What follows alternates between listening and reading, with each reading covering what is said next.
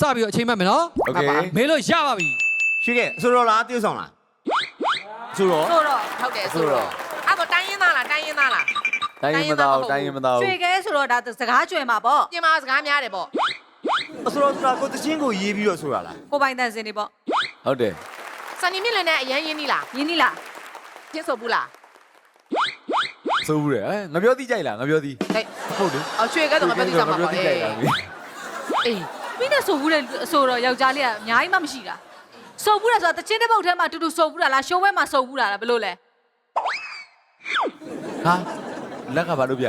ဘူးမစိုးဘူးမစိုးဘူး ရှိုးဘဲမှာဆိုဘူးလား အော်ရှိုးပွဲမှာဆိုးဘူးလား ကိုကိုထွန်းထွန်းနဲ့ရောကိုကိုထွန်းထွန်းနဲ့ရောအတူတူဆိုဘူးလားရှိုးပွဲမှာ တူတူဆိုးဘူးလား ကောင်းမလေးရှိတာရီးစားရှိတာမေးနေတယ်မပြေငါခွားနဲ့ပြင်မှာနော် မော်ဒယ်ရှိုးတွေပါရှောက်လာ six pack ကိုရှိလား six pack အချွတ်လိုက်မြင်တဲ့ပုံရှုပ် ရွှေကဲဟိုအတောက်ကြိုက်လား ဟဲ့ဟဲ့ဘယ်တော့ မီနီအနီရောင်အတောက် ဘဲတောင်တော့ ငေဦးကြီး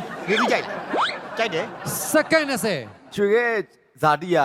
ရန်ကုန်ကမဟုတ်ဘူးမလားဟုတ်လားဟုတ်တယ်မလားဟိုးအောက်ခြေပြားဟုတ်တယ်မလား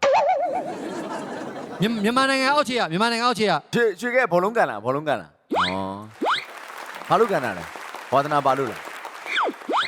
အားကစား အာကစားအာကစား ဘိုက်ပူနေရနော် မခိုင်လေးနဲ့မစုံဘူးမလား ရွှေကဲကြည့်ရတာတခုခုကြောက်နေသလိုပဲကွာသူကြည့်ရ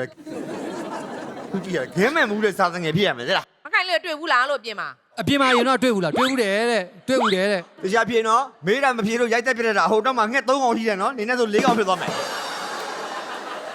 မခိုင်လေးသမီးရောတွေ့ဘူးလား မခိုင်လေးသမီးရောတွေ့ သမီး ဘူးလား ရောတွေ့ဘူးလားဩဂျင်မာတွေ့ရမလားဂျင်မာဟုတ်တယ်မလား 10မိနစ်အချိန်တော့ပြည့်သွားပါပြီ ဟမ်